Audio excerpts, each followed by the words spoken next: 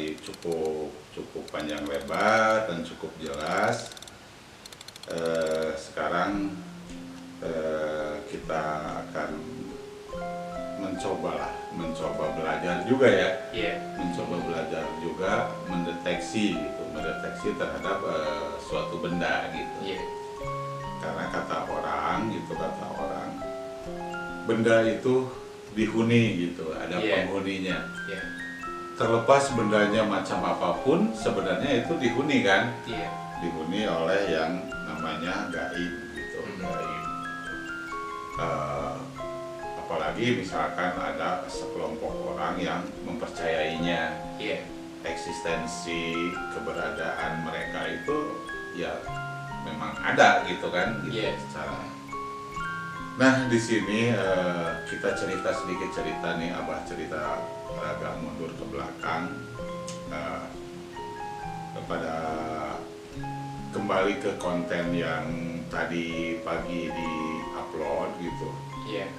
Pada saat Eyang Prabu Siliwangi itu Ngahyang itu moksa atau tilem. Menurut terminologi bahasa Sunda itu tilem atau ngahyang, ini menuju nirwana atau surga gitu. Nah, kini kan beliau ini ada pasukannya nih. Ada pasukannya. Pasukannya itu kan dibagi ke 4 penjuru angin yang mengikuti beliau itu. Dibagi ke 4 penjuru angin, ada yang Kulon, ada yang Kawetan, ada yang Kakaler, ada yang Kakidul, dan ada yang bersama beliau.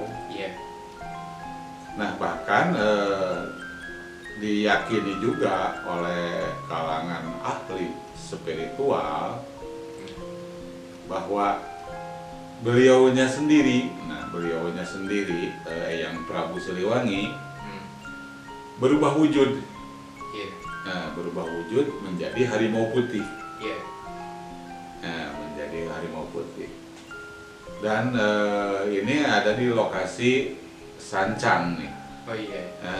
Ada di lokasi Sancang. Sancang itu lokasinya di Garut Selatan. Berbatasan sekali dengan Laut Kidul. Namanya hutan Sancang itu berbatasan sekali hutan tropis lah kalau bahasa sekolahan. Tapi kalau bahasa spiritual itu kan hutan larangan. Hutan larangan atau hutan lindung yang berbatasan langsung dengan Laut Kidul. Laut Kidul di sini adalah Samudra Indonesia.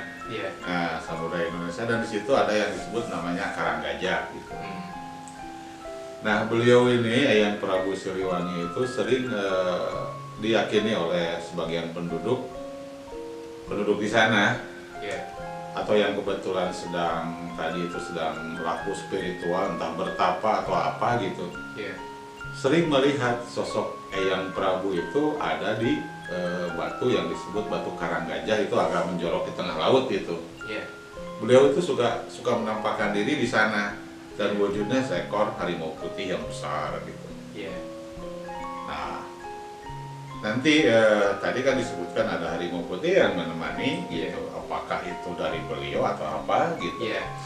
Nah itu beliaunya gitu ya. Nah ini kan ada baladnya, pengawal-pengawalnya yang tidak pergi ke 4 penjuru angin tadi, yang setia menemani Eyang Prabu gitu, setia menemani Eyang Prabu sampai beliau itu ngahyang. Dan mereka ini, para pengawal ini berubah wujud menjadi harimau juga, Nah secara ini menjadi harimau, tapi harimaunya harimau kuning lah, harimau lodaya biasa gitu, bukan yang putih. Yang putih itu Eyang Prabunya, yang pengawalnya, yang kata orang itu ada berjumlah 40 orang. 40 orang, dan ini menjadi harimau semua gitu. Nah selain perwujudan harimau ini gitu, perwujudan harimau tentunya gaib kan. Nah, gaib sebagian juga ada yang menghuni menghuni kayu. Iya. Nah, menghuni pohon kayu gitu yang dinamakan adalah pohon kayu kaboa. Oh iya. Ya, pohon kayu kaboa gitu. Nah, pohon kayu kaboa ini satu hal yang aneh juga. Iya. Nah, aneh juga gitu. Kenapa jadi aneh gitu? Karena pohon kayu kaboa ini hanya ada di hutan sancang tersebut. Iya. Di hutan-hutan yang lain tidak ada. Iya. Atau di tempat-tempat lain tidak ada itu yang namanya kayu kaboa. Iya. Gitu. Tidak ada yang namanya kayu kaboa. Dan diyakini, nah, para pengawal ini selain menjadi harimau, berubah wujud menjadi harimau, mereka juga mendiami itu pohon kayu kaboa. Iya. Nah, gitu. Nah, di sini, nah, di sini di hadapan kita bersama, ini ada sepotong kayu kaboa ini. Ini sepotong kayu kaboa. Dan ini menurut cerita aja dulu, menurut cerita kalau kayu kaboa ini dibakar ujungnya, dibakar misalkan ini pakai korek gitu, maka yang akan muncul itu perwujudan harimaunya. Iya. Perwujudan harimau para pengawal Eyang Prabu Siliwangi. Iya. Ini mungkin ke kamera diperjelas aja ini. Diperjelas aja bentuk kayu kaboa ini kan kayu aneh yang ada hanya di hutan sancang ini. Iya. Di tempat lain tidak ada. Tuh. Nah, ini abah dapatkan juga bukan pergi ke hutan sancang gitu. Tapi ada orang yang menitipkan gitu, yang menitipkan ini. Tolong bah, ini nitip. Ya udah, kalau orang nitip percaya enggak? Percaya. Kalau hilang jangan marah gitu aja. Gitu. Nah, ini abah mau minta Apebi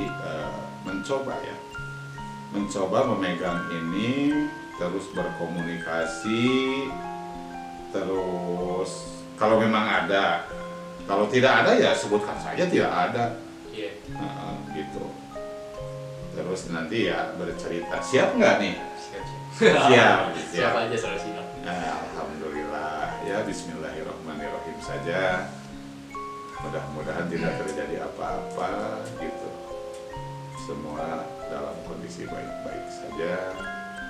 Ini pun bukan sekedar untuk menyombongkan diri, tapi ini sebagai bagian pembelajaran bahwa hal-hal gaib itu dekat dengan kita, betul nggak? Iya. Nah, hal-hal gaib itu diakui atau tidak, disukai atau tidak, pegiling-gisik lah.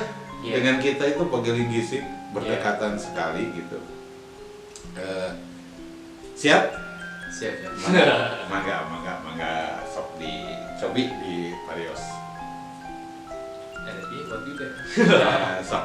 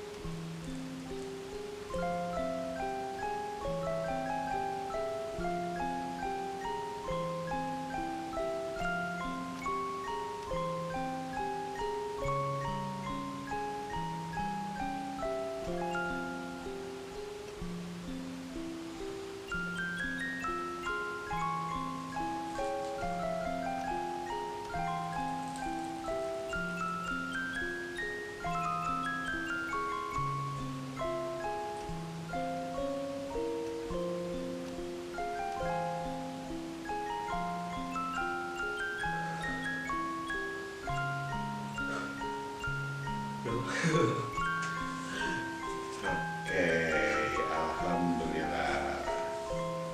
Alhamdulillah. Ini kita simpan lagi aja di sini gitu. Nah, setelah memeriksa yang disebut kayu kaboa tersebut, masih capek, minum dulu sob. Minum dulu aja, santai aja lah, apa juga ngerokok kok. Santai aja dulu, minum aja dulu.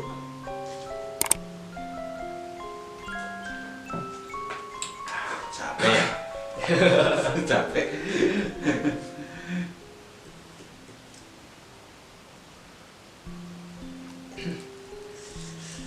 Jadi dari segi barisan, Ya, oke, cerita. jadi dari segi komunikasi sih, terus saya ditanya, apa benar kamu dari apa? Saudara Sanca. Sanca? Nah, Dia jawab iya. nah, Terus dia bilang juga, kamu juga masih termasuk saudara dari Sanca katanya. Kak Feby itu. Nah, Nah, cuman ya nggak mikir ke situ ya. nah, nah. Langsung ya ngobrol biasa. Emang usia di situ berapa? Ya jelas lama lah kalau saya.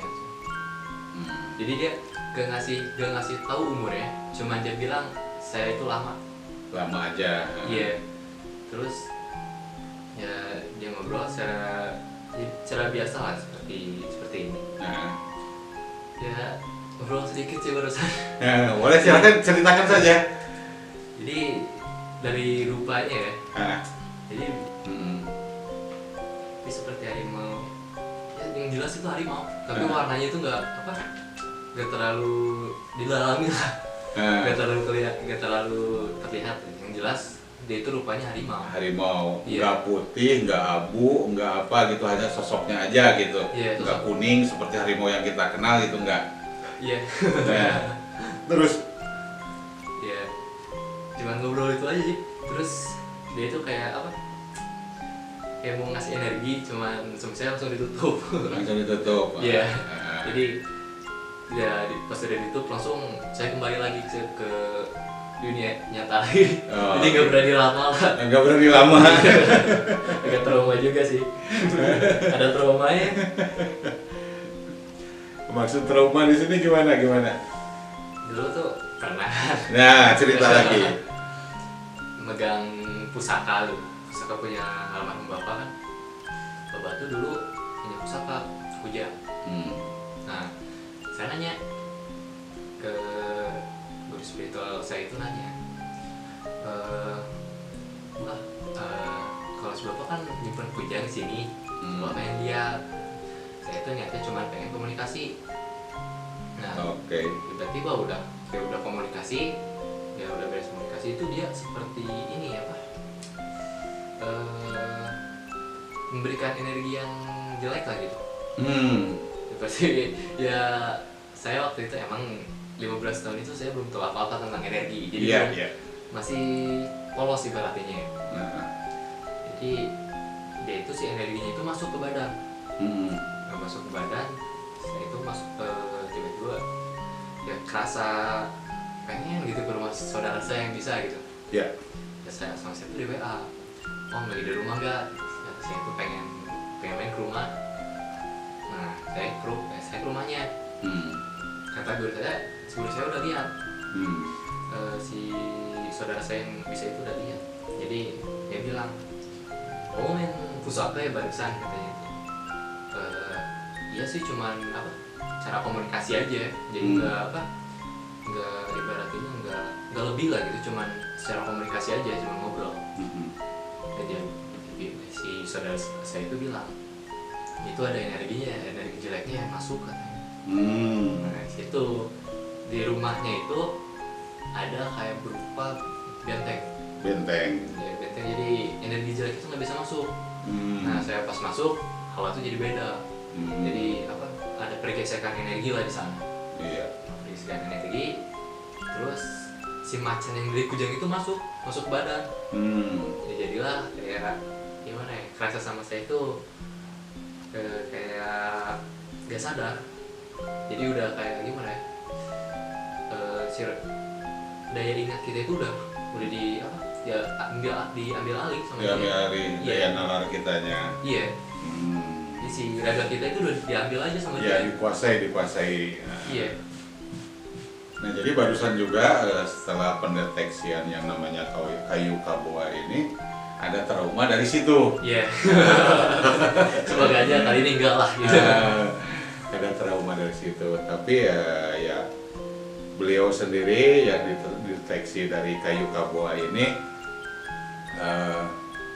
tidak memberikan apa gitu, enggak. Iya, enggak. Hanya memperkenalkan diri bahwa masih keluarga dari sana gitu. Iya. Ya itu tadi, makanya kan kata Abah juga kemungkinan ada korelasinya gitu, ada hubungannya gitu antara yang menemanin dengan yang di sana di hutan sancang itu gitu. Iya. Jadi ya alhamdulillah berarti ya dalam kesempatan ini bisa dipertemukan secara gaib dengan saudara gitu kan. Meskipun saudara lama gitu kan, ya terlepas lah mereka itu kan istilahnya memang usianya ratusan tahun bahkan mungkin ribuan tahun gitu. Gitu. Jadi demikian para penonton semua gitu.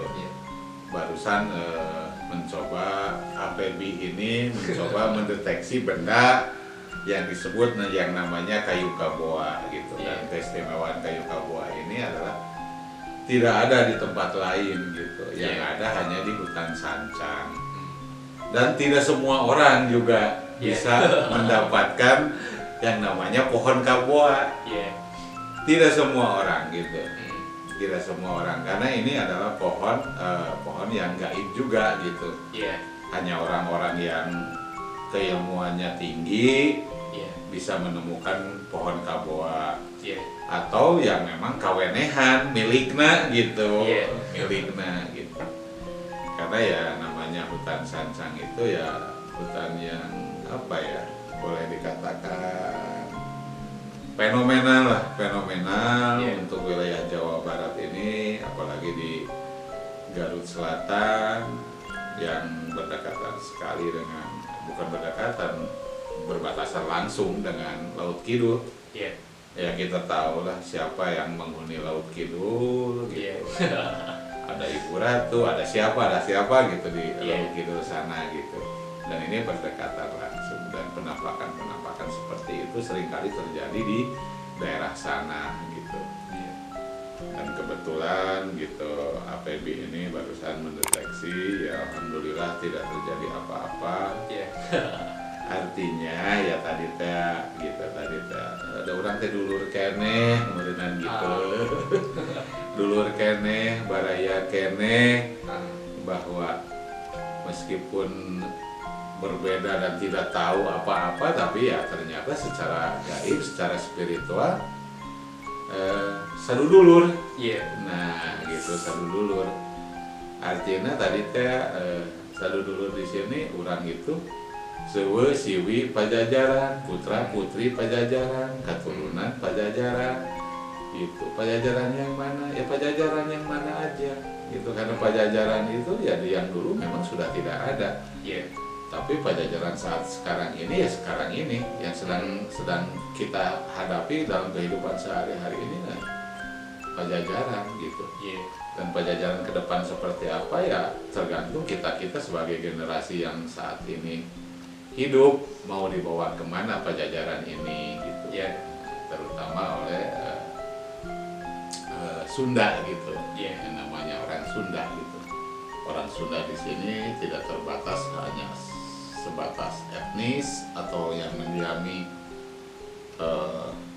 Pulau Jawa bagian barat atau yang hanya disebut di Provinsi Jawa Barat saja. Orang Sunda itu siapa? Ya nanti kita bahas lagi di segmen-segmen berikutnya gitu. Kalau ada kesempatan insya Allah masalah Sunda ini akan kita coba ungkap gitu. Kebetulan di sini ada APB juga yang mana kemampuan APB itu untuk menjelajah untuk menelusuri gitu, untuk menelusuri jejak-jejak misterius gitu. Jejak-jejak gaib, sudah punya kemampuan walaupun usianya ya sangat-sangat muda sekali. 16 tahun berarti kan ya? Iya. 16 tahun. Belum punya pacar tuh? Ya, gitulah. Ada. Ya siapa tahu setelah tayangan ini banyak yang nanyain gitu. Nomor WA-nya pasangin, jangan nomor WA-nya. Jangan. Iya, jangan ya nomor WA-nya jangan dipasangin sama Abah gitu, biarin aja. Gitu. Karena ini sangat mudah sekali gitu. Nah sebagai penutup acara ini, APB ada closing statementnya seperti apa gitu, pesan berkaitan dengan kegaiban atau berkaitan dengan diri pribadi APB sendiri, khususnya di zaman seperti sekarang ini, zaman COVID gitu, zaman pandemi yang mana setiap orang bahkan super ekstra hati-hati untuk menjaga kesehatannya gitu. Nah, closing statementnya seperti apa untuk menutup acara ini? Mangga silahkan di kesan dan pesannya setelah mengalami kecerdasan spiritual atau yang dinamakan kata orang indigo. Kalau kata Abah mah bukan indigo, tapi itulah kecerdasan spiritual gitu. Nah, sok silakan. Kalau pesan dari saya itu paling utama, kita itu hidup di dunia itu tidak sendiri. Jadi hidup di dunia itu kita berdampingan dengan sosok seperti itu. Jadi yang jelas kita sebagai manusia tidak sendirilah ibarat ini. Jadi bahkan kita manusia lahir ke dunia itu tidak sendiri. Bahkan ada yang namanya jin. Nah, jadi si jin itu menemani kita sampai nanti di akhir zaman. Jadi buat kalian yang ngerasa takut gitu, ngerasa takut dari dunia spiritual, apalagi takut kuntilanak atau pocong, pastilah itu. Pasti ya. Paling utama kita nggak perlu takut karena kita anak Adam, ya pokoknya makhluk paling diciptakan, paling mulia oleh Allah Subhanahu Wa Taala. Jadi kita nggak perlu takut. Kita utamakan rasa iman kita kepada Allah. Udah sih seperti itu. Oke, terima kasih APB. Jadi demikian penonton semua, bahwa kita itu sebagai manusia bukan melulu sebagai manusia, tapi ternyata ada teman-teman kita yang tadi disebutkan oleh APB antara lain dari golongan jin. Tapi kita tidak perlu takut tentang keberadaan mereka karena mereka sendiri diciptakan lebih dulu dari manusia. Justru kita harus lebih menonjolkan bahwa saya ini atau manusia ini lebih mulia dari mereka. Sebagai anak Adam, manusia itu lebih mulia dari mereka. Apalagi tadi disebutkan oleh APB bahwa diperlihatkanlah atau tunjukkanlah keimanan kita gitu, karena kita lebih dekat, katakanlah dengan keimanan itu lebih dekat kepada Allah Subhanahu Wa Taala. Jadi kita tidak perlu takut dengan mereka karena kita hidup juga berdampingan dengan mereka walaupun tidak terlihat ya. Demikian mungkin yang dapat disimpulkan dari closing statementnya APB malam ini. Jadi saudara penonton, kita tidak perlu takut dengan hal-hal yang tadi diceritakan gitu. Justru kita harus lebih menonjolkan lagi keberanian kita karena kita diciptakan sebagai makhluk yang mulia. Iya. Gitu. Sebelum menutup acara ini, silahkan saudara penonton semua di subscribe dulu, Iya. di like dulu, Iya. di komen dulu channel Sunda Hyang ini. Iya. Sunda Hyang adalah membahas atau menginformasikan tentang kehidupan orang Sunda gitu. Sunda Hyang, Sunda hirup urang sarerea. Demikian yang dapat disampaikan. Billahi taufiq wal hidayah. Wassalamualaikum warahmatullahi wabarakatuh. Nuhun, Baby. Iya.